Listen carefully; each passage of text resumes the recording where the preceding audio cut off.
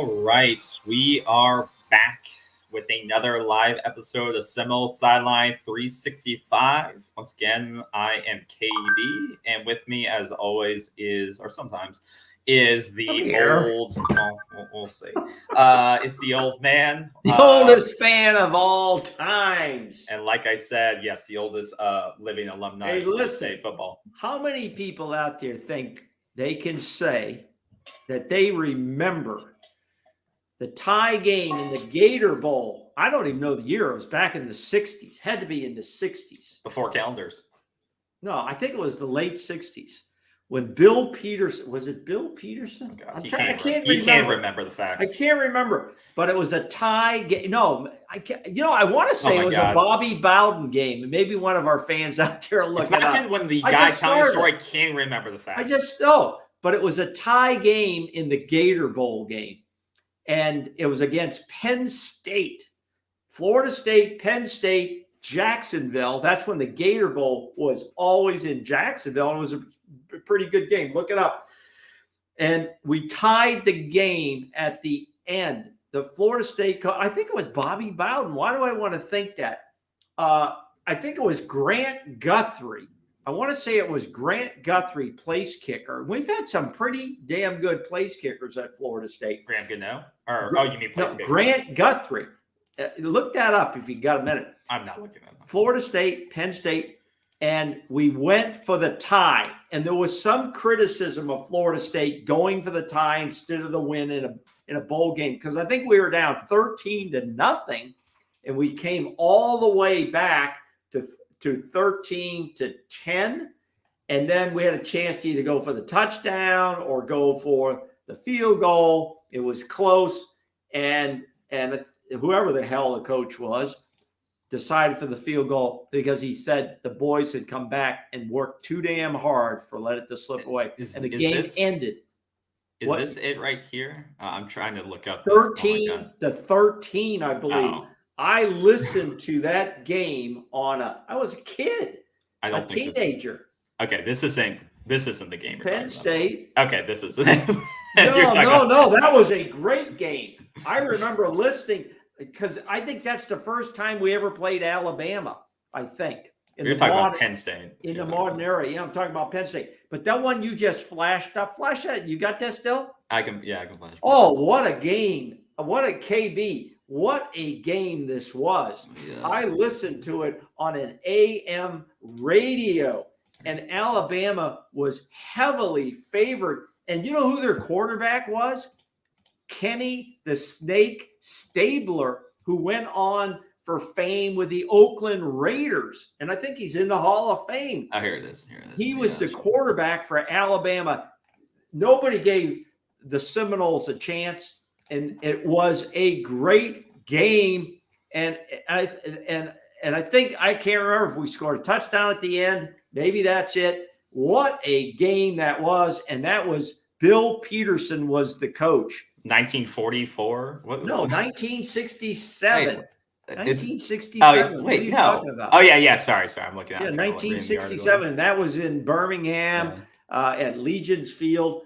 Bear Bryant was the coach of Alabama. It was unbelievable. It rocked the country when they saw that Florida State had tied. And at the time, let me look at some of these names. Ron Sellers, Ken Stabler. Walt Sumner ended up being drafted. I never thought he'd be drafted and played. Had a decent little career with the Cleveland Browns. He unbelievable. Kenny Stabler was in that game. Yeah. Grant Guthrie. There's Grant Guthrie saying 27-yard field goal. He was a good kicker. Larry Green was a great running back. This was a good football team, and I think it's the same team that tied Penn State in the Gator Bowl because Grant Guthrie kicked that through to win. Unbelievable. I love those. But I listened to those games on the AM radio. Sometimes a little transistor, pulled up the little antenna, Now they're collector's items or, the tabletop and listen to the game. Incredible. Was it a radio or two cans of the string? Okay, thanks, P. Riley. You guys, have no pay homage to the legacy of these things. It was unbelievable. Oh, Yeah. God. Oh, B. God. Riley. All right. Well, that was your history lesson for all FSU fans, if you haven't already left. But that was a good flashback. But tonight we got a couple of topics to go over. Once again, we want to give our spring thoughts. The spring game is next month. It's quickly ganging up on us here in a couple of weeks. But we want to give our thoughts on the defense. So we talked about the offense a week or two ago and gave our questions and concerns around that and what to look out there. And obviously tonight in our live show, we want to give our defensive question marks, potential concerns, and what to look out for on the defensive side of the ball, because we held off on that. So yeah, let's start and dive right into that. I have a couple of questions. Obviously, I do want to pose to you, and one of them was in the title slide or in the thumbnail about tonight, and let's just dive right into that. It's been surfacing around, and I think there are some question marks about the impact that he had last year. He battled through some injuries, and some say it was because of those injuries why we lost in that mid-season slide with Fabian Lovett going out. He didn't have quite the season he wanted last season, which is partially probably the reason he's coming back this year and didn't go into the draft. Some would say he may have not gotten a high enough draft ranking because of the injuries and because of the production alone, which is another reason why he came back, which I think was probably a smart decision for himself. And we're obviously welcoming him back on the defensive line.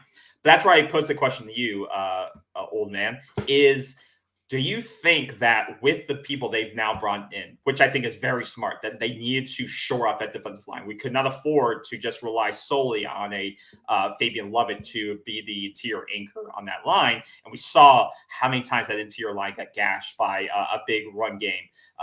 Towards the end of the season, you saw with Oklahoma in a couple of games. And I'm not saying we're giving up 200-yard games per every week, but you saw that people were able to run to the middle a couple of times, and sometimes that was the biggest deficit of this team. So with that being said, now that you have guys like Fisk coming in, you have Daryl Jackson coming in, you have some big bodies on that line. Do you think that Fabian Lovett will potentially be knocked back? Will he be the starting interior defensive lineman on this team coming into the season, battling out in the spring? He may not be, or do you think a guy even like Joshua Farmer, who gets talked up a lot, he's going to be, I think, a redshirt sophomore coming into the season.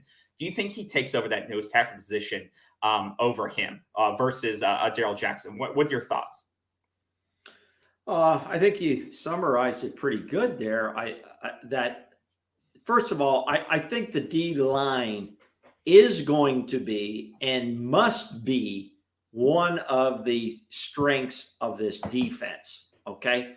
So the big question that was floating around this week on the street and in the Twitter street and so on was, looks like Fisk or might get the start over Fabian Lovett, or Jackson will get the start over Fabian Lovett. I think that's a little tricky one for Norvell. First of all, let me talk about Lovett. I think Lovett is overhyped. Okay, I think he came in last season overhyped. He got injured early. It took him a while to work back. I don't think. I still think he's overhyped, because if you look at his numbers, career numbers at Mississippi State, at Florida State, they're not spectacular numbers. Okay, and he's a little inconsistent.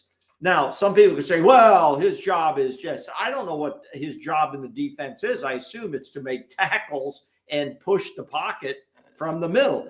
If his job is just stay there and occupy two blockers, then maybe he's not going to have big numbers. So it's a little bit weird to say what a guy's numbers should be or shouldn't be, but his numbers aren't spectacular in his career here at Florida State and at Mississippi State. I think he had better numbers at Mississippi State. If you look back at his early, his year there, he damn sure didn't have a great year last year because of the injury.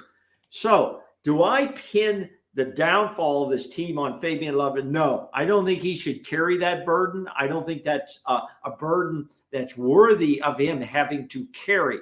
I think we should look a little bit at Robert Cooper. Everybody loved Robert Cooper because of the races with Norvell in the practices and loved the Coop. Okay, everybody loves Coop, but Coop was an average to below average defensive lineman in college.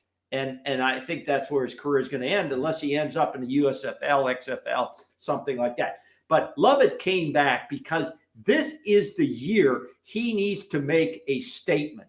This will be it. This is where he puts everything on tape. This is where he wants to have a big year, even if it's in a rotation. Now, I think that's how Norvell and the defensive line coach, he's been there. He's older. Odell Haggins. Odell Haggins. They're going to play this. They don't want to get caught up who's the starter and who isn't. Because when you look at Darrell Jackson, now Darrell Jackson has career-wise, I think he's got 25 games. He's had 12 starts. He had 11 starts last year for Miami.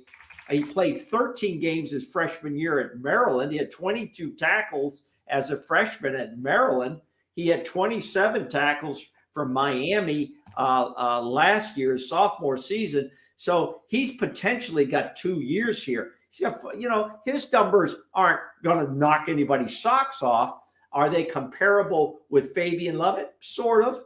So I think it's going to be, I kind of like Darrell Jackson a little bit better than Fabian at this point.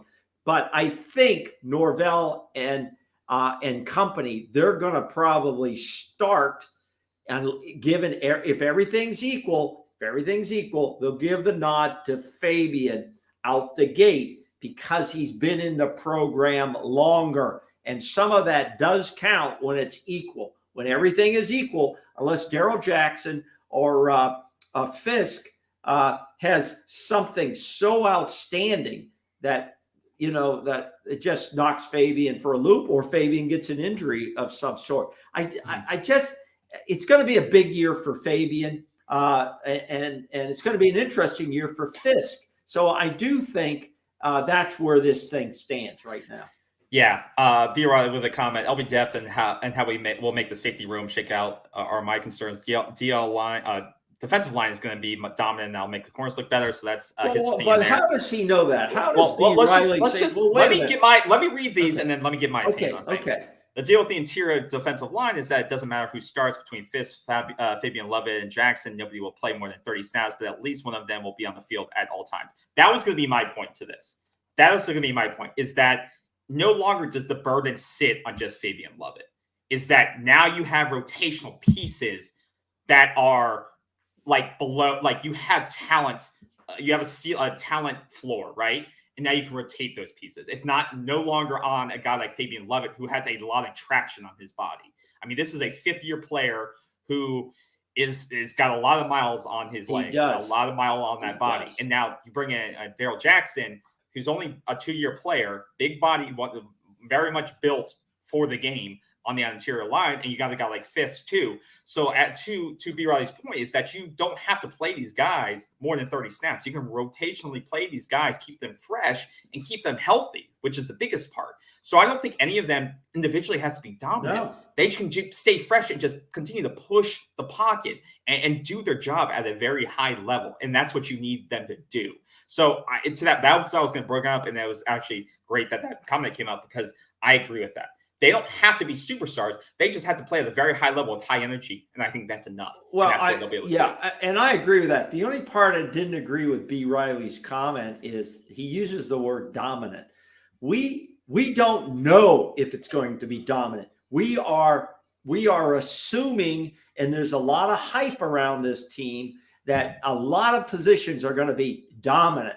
But we don't have the production and the performance. And KB, in the business world, it's very important that the numbers really tell you everything over the hype. Yeah, so defensive line numbers are tough. Defensive line numbers are tough. Okay. Interiors especially. Well, I understand that. But we've seen dominant lines at Clemson. We've seen dominant lines at the University of Georgia. We've seen, those are a couple of examples where they just manhandle.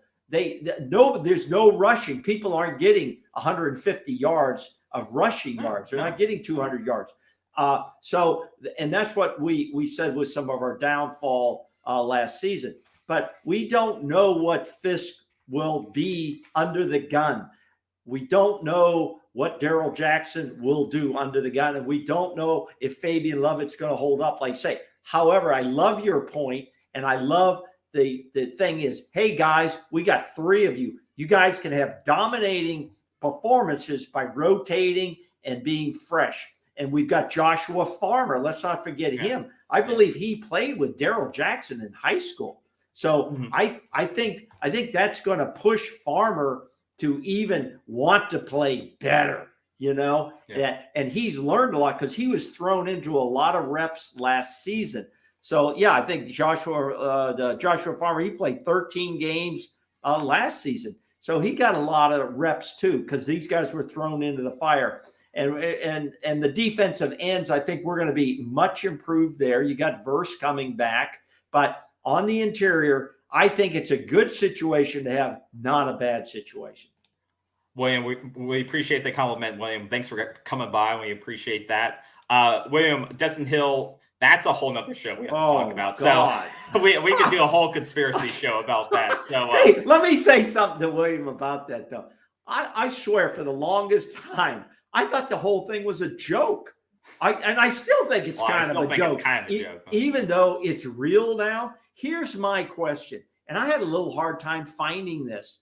I couldn't find what I wanted to find. Where the hell has this guy been for 2 years?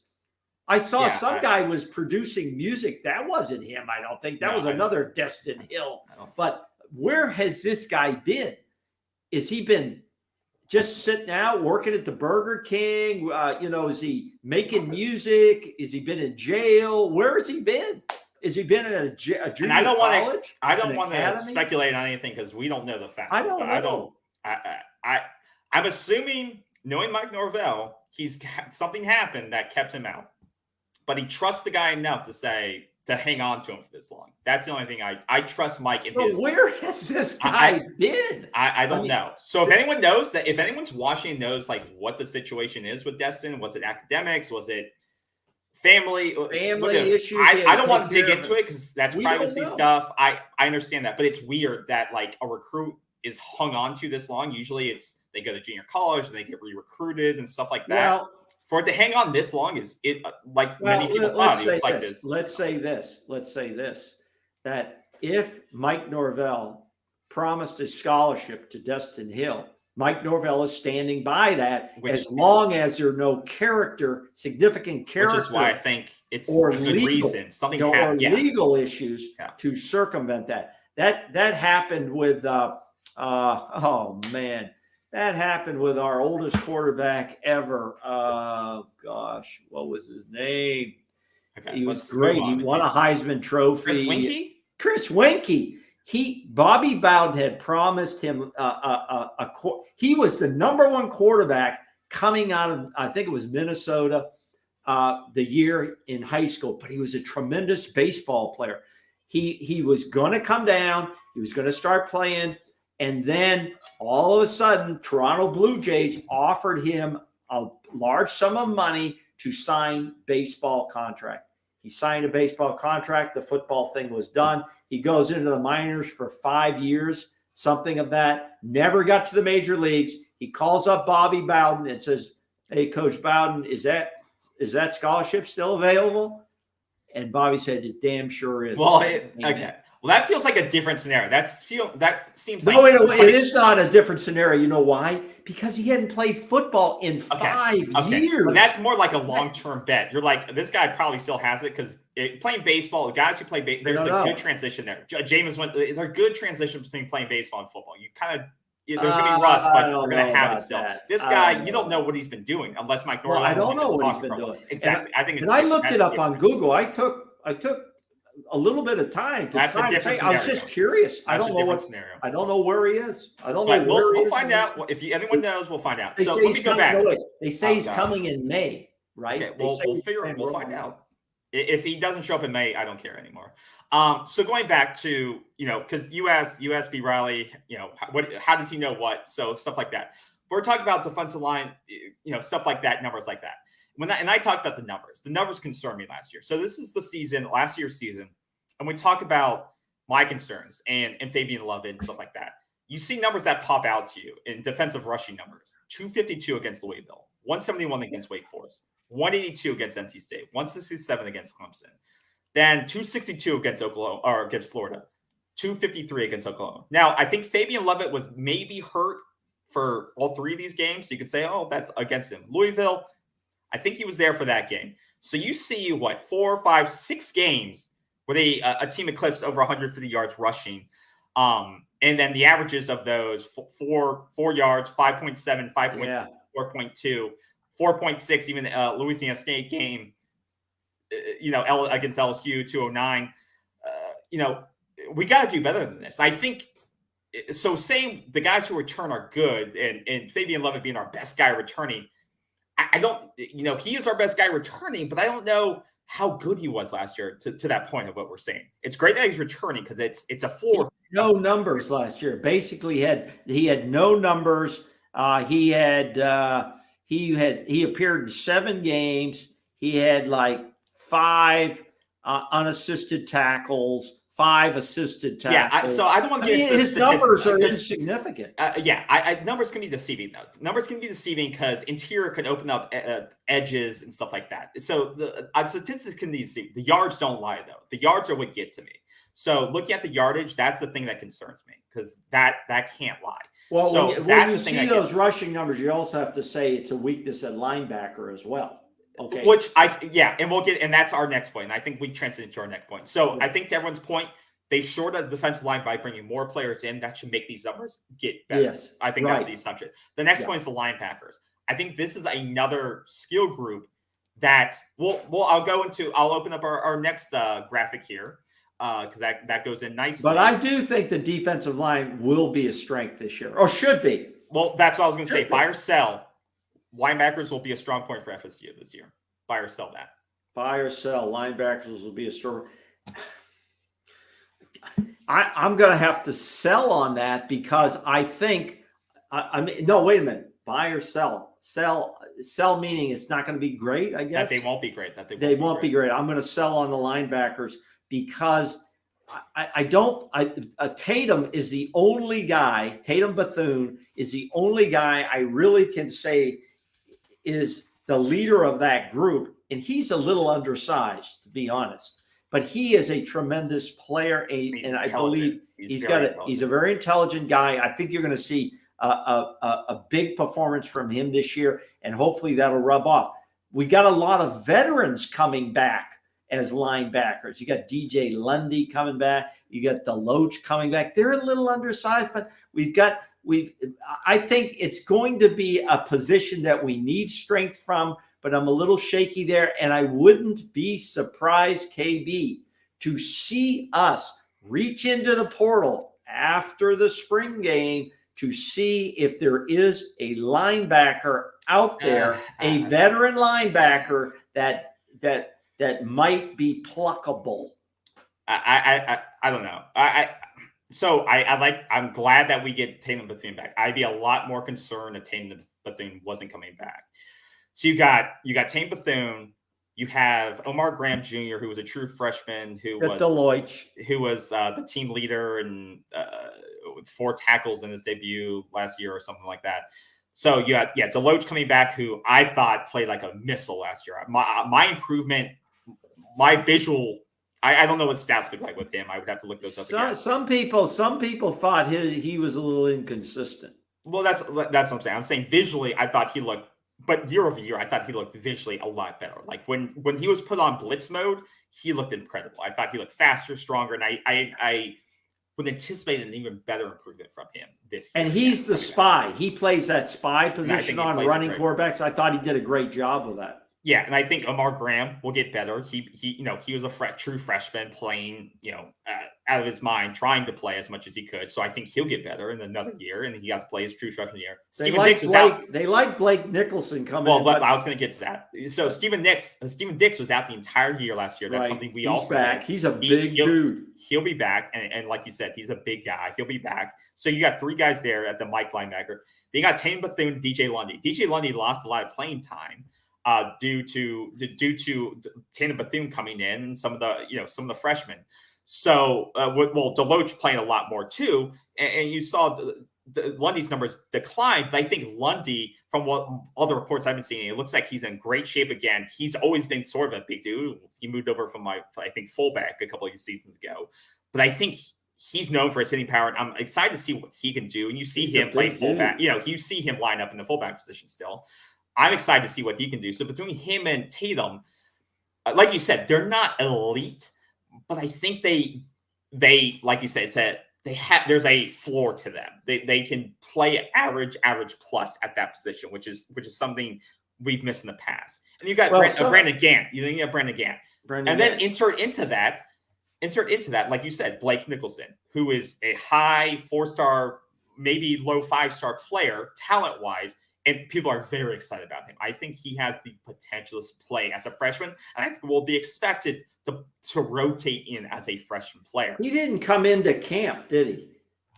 I don't think he was an early enrollee. No, I don't think he's an early enrollee, which is going to hurt him a little bit. But DeMarco Ward is. Ward is, who is something they really like. He's the only early enrollee from the linebacker. Because there's been some criticism out there and some focus on Randy Shannon's ability to recruit and bring guys in. Yeah. I think the Nicholson thing helped because he had to go all the way out to the California to get him. Yeah. Some people have not been impressed by the recruitment of DeMarco Ward, but I don't put a lot on these stars because I think it's on these camps, and then you see the highlight tapes. You don't know who the hell they're playing. They playing the Little Sisters of the Poor, or they playing some AAA high school team on IMG. That's a big difference. You have to look, how do they perform against the best teams on their schedule? IMG also plays made up high schools too. So that's a lot of work. But I think this is a unit that has to perform. Plus, last year, we don't know how many offensive lines were able to get through the first line of defenders to get to those linebackers and tie them up. So if our defensive line plays more dominant, as B. Riley suggests, then potentially that frees up the linebackers to make a lot more tackles in the gaps.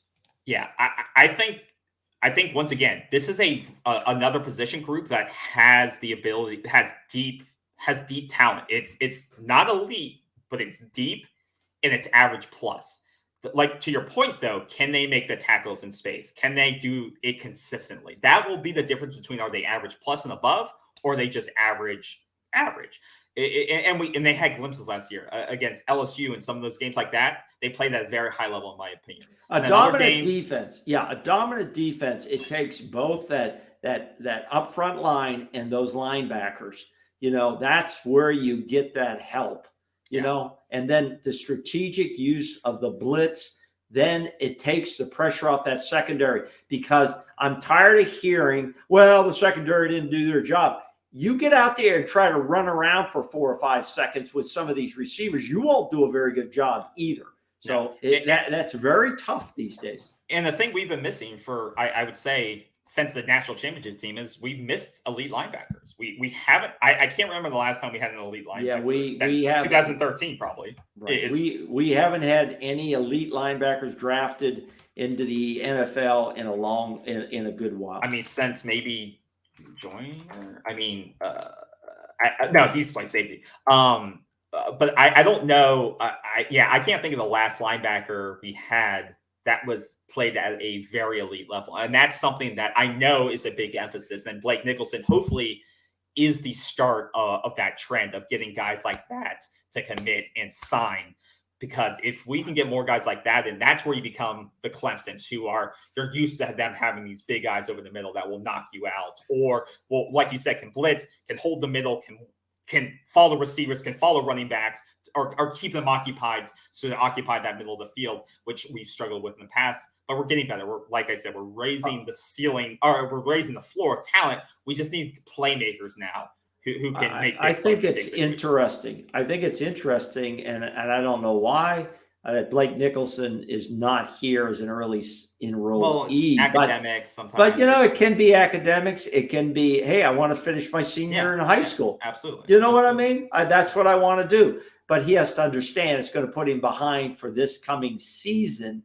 And he may see some good duty on special teams if he's a good special teams player, and in mop-up duty. Now, there are some people out there in the FSU media circles. In fact, one guy, and I don't like to mention by names, who I heard say in the last couple of days, there's going to be a lot of mop-up duties, especially for our quarterbacks. And I see us blowing 6 to 7 teams out, 3 or more touchdowns, early blowouts. And I'm going, really? Now that's quite a hype. That's quite the hype, in my opinion. I would be very happy but a little surprised by that, to be honest. I don't know if we need to go down the schedule road right now. But no, we don't need to do that. That's another day. That's another show. We don't need to do that. All right. Let's stay with what we got here. Yeah. What is your third and final question or concern for the defensive side of the ball?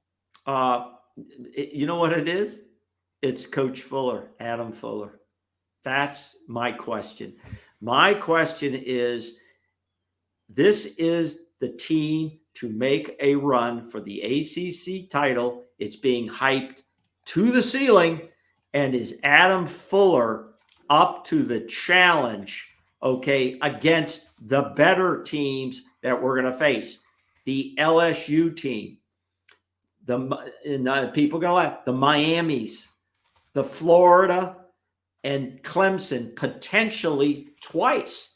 Right there. How many is that? That's 5 teams. If you win all those 5 games, then Adam Fuller is going to say, the coaches are going to say, job well done.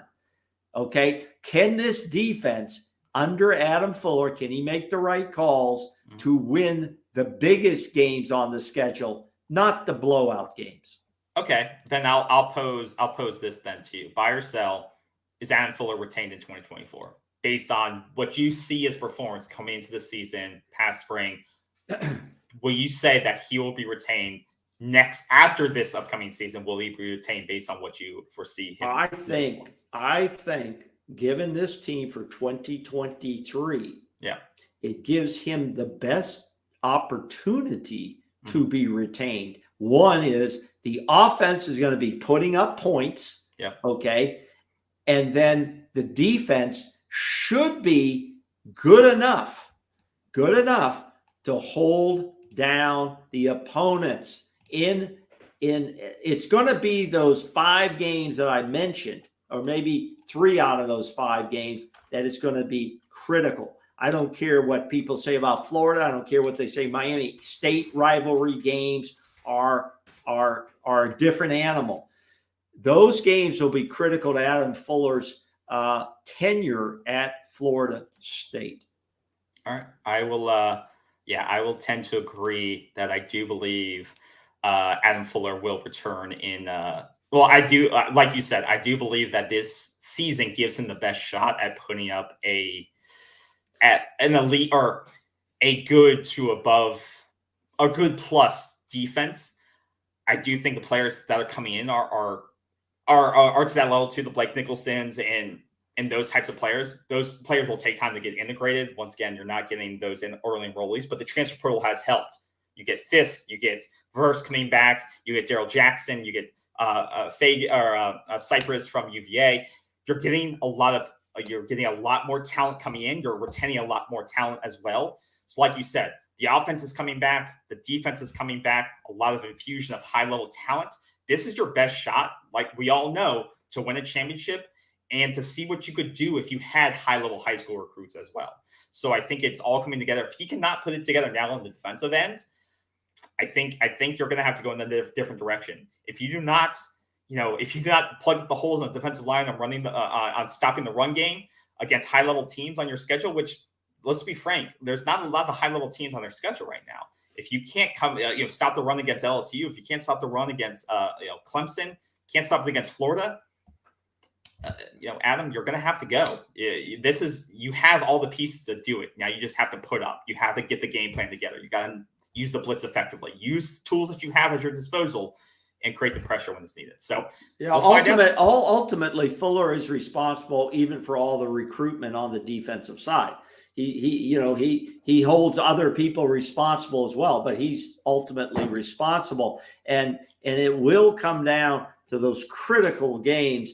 And the other thing is critical, that it'll be very interesting to compare and contrast the statistics that you just had up and how well we're doing this coming season with those same numbers.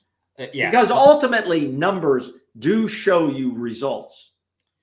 Yeah, I mean, sometimes there's garbage numbers, stuff like that, like you said, but ultimately they can point out some trends. And this season, we know what has to be done. It's championship or bust. ACC championship or bust. Because right now, going into the 2023 fall season, who would you say will be in the top 20 opponents that we have? Well, LSU will be probably one. They'll be in the top 20. They'll be in the top 10. They'll be in the top 10. Clemson will be in the top 20. Is there anybody else on our schedule? Florida and Miami probably aren't going to be. Miami gets ranked every year. They'll be at the 20 to 30, but they're not going to. Miami's not going to be in the top 20. No way. Somehow, some way. No way. Florida's not going to be in the top 20. So who else on that schedule would be? LSU and Clemson.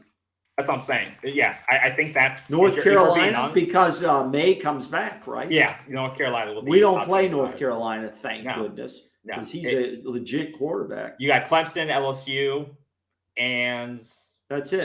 Duke maybe. Duke in the top 20? Yeah, there are 9. Well, we're not going to fear Duke. They had 9 wins last year. Well, we're not going to fear Duke. If we fear Duke, then we got a long way to go. Maybe Florida. I don't know. Florida may be thrown in there. Yeah. So you could maybe max 4 teams, low end 2 teams. It'll be very interesting, because if this defense does stand up for Fuller and plays to a dominating experience like B. Riley, and the offense is scoring out of their minds, it's going to be a very interesting season. Yeah, if it all comes together like it has the very big potential to, you can run the table very quickly. But once again, we haven't seen that. We've seen it at times last season click, but more often than not, it didn't always click. Like that 3-game fly last year against Wake Forest, NC State. This team's being hyped very big now by all the fans and by all the FSU media. Okay, now fans out there may say, "Well, you guys are the most negative among all." We're not negative. We're just being realistic.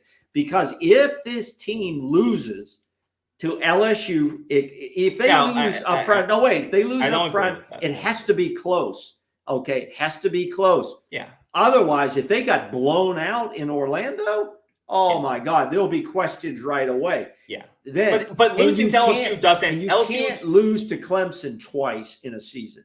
Anything less than the ACC championship is unacceptable for this team the way it's being hyped.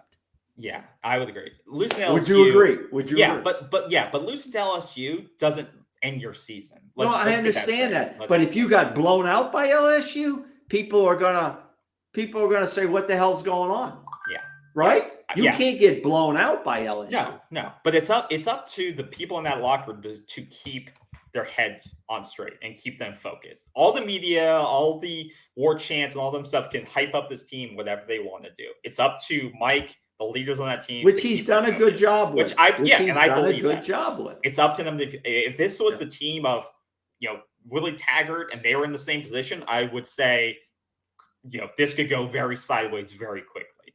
But I believe that they have the right leaders, the right people, the right staff in place to keep them focused.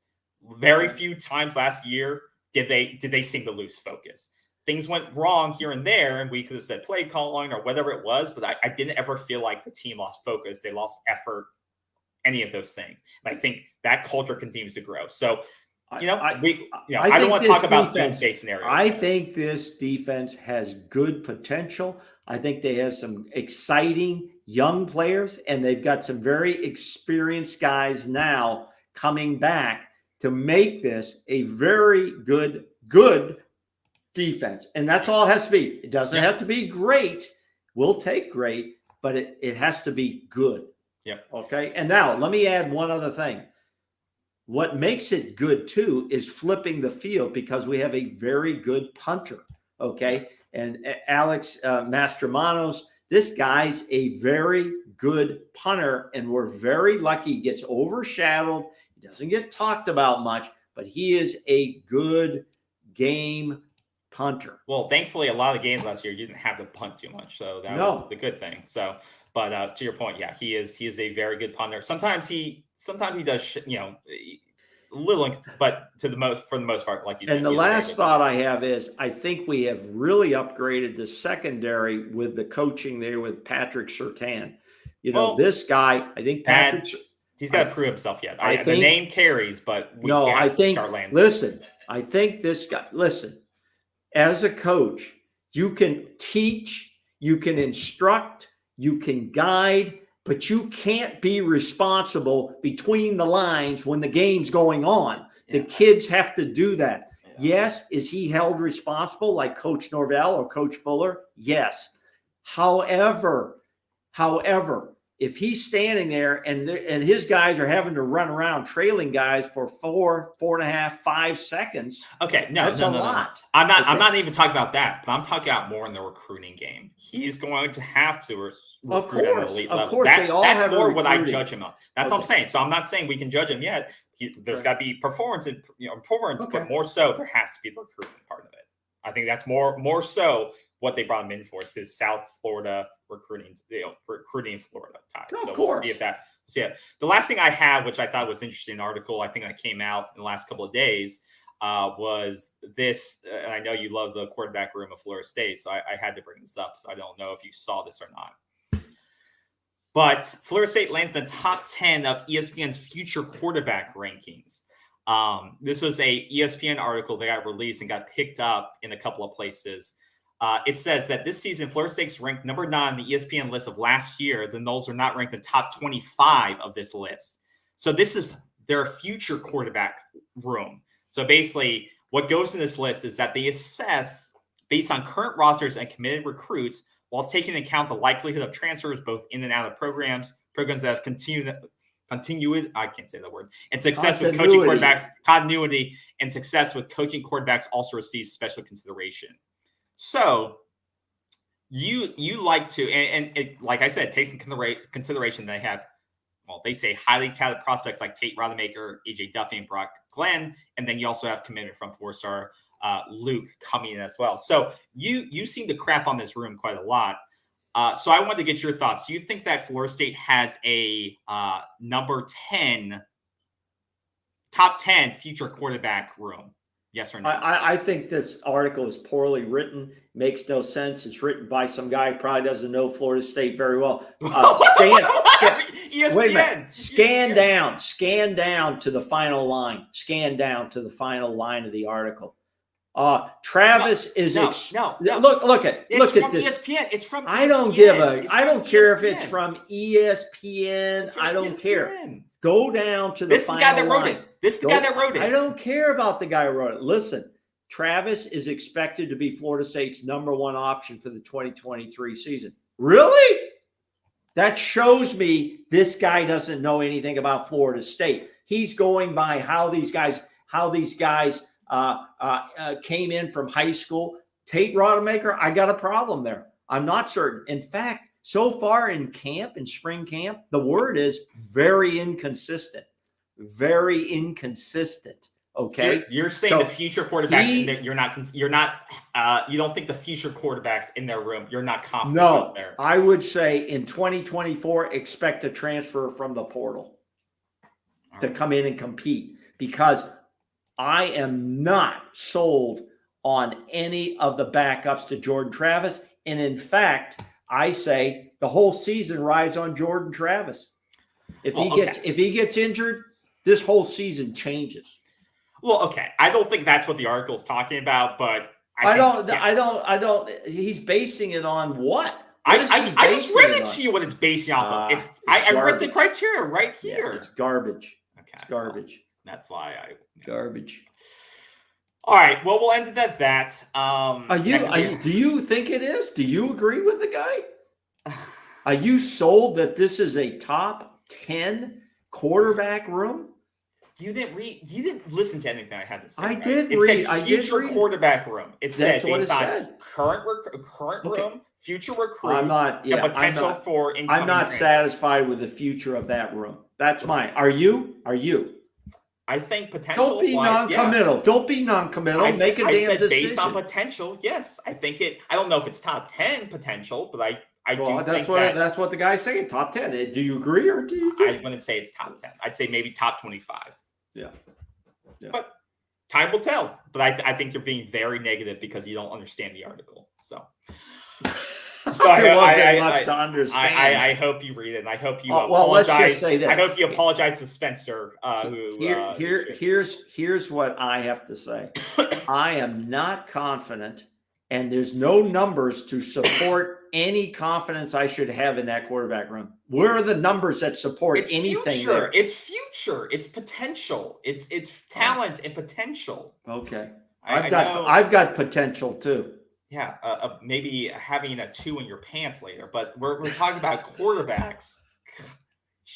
I just listen, seriously. I just don't have the confidence level I want to have there. Okay. Well, okay. I understand that. But and this is no disrespect to the quarterbacks in the room. It is a little bit. It is a little bit. Have not been on the field enough to gain confidence for themselves or for me. Sorry, Jody. He doesn't get it. Sorry. And old man, you're not going to have 3 starting quarterbacks on your bench. It doesn't work like that anymore. It really doesn't work like that. I understand that. But I will be shocked if they don't go to the transfer portal for 2024 for a quarterback. Oh, well, I think that'll be an interesting discussion. But we'll leave it here. So we talked about our defensive concerns and questions by ourselves. If you did not get to watch us, or if you watch us live, like the video, share it. We appreciate you being here. We appreciate the questions. We know the old man gets a little bit argumentative sometimes. I've got one more point. Here we go. I've got 2 more points. Oh, God. One is I don't know right now where athletic director Mike Alford's head is on the men's basketball coaching. I'm going to do a show on that. I'm going to do a show on that. So leave those questions. I'll leave that alone, but I'm not sure where I think he's waiting for the whole tournament to end. I think he's got some candidates in mind. No, they're contacting transfers already. But I know. But I saw Rick Pitino just signed again. Okay, and he had been not offered any chairs because he got in a little bit of hot water, but he's back in the business again. The old man, he's taken 3 teams to the finals. But what's your point? How's that relate to Florida State? My point is, I will be shocked if Florida State doesn't make a move on coaching. Well, they may decide we're going to pay out the final thing, but they're going to have a problem. Okay. It'd be weird if they were already contacting transfer recruits and they weren't going to keep him. That's the only thing I have to say right now. But I'm going to do a separate segment with or without you to address this. So, yeah. But thank you all for showing up. Thanks for the comments. And I did put out on Twitter my 2023 charity challenge sprint to Mike Norvell. I will take on interior linemen, 100 yards. If everyone that beats me, I give $50 to a charity. $50? Oh my $50 per player. 500. If I beat them, then Mike Norvell has to pay the $50. That's it. You would have to spend more gas money to Tallahassee for this challenge. But you know what? I hit a home run in our softball game Saturday. I still can move around the bases pretty damn good. Does a home run count when you hit it off the tee? Just hitting it off the tee. Funny. Let's get you down here in the league. All right. That's it for me. All right. Well, like I said, thank you for coming. Subscribe, like, share. We appreciate it. Look out for a State of Florida State basketball video because I'm interested in doing one of those and just being candid about my thoughts because that is a dumpster fire right now. So thank you again. Have a great Thursday night, guys. Enjoy your weekend that's coming up. Take care. Stay safe. Enjoy the weather if it's nice. If it's not, don't stay inside. And we'll see you soon. Take care, everyone. Bye-bye. Bye-bye. Keep punching.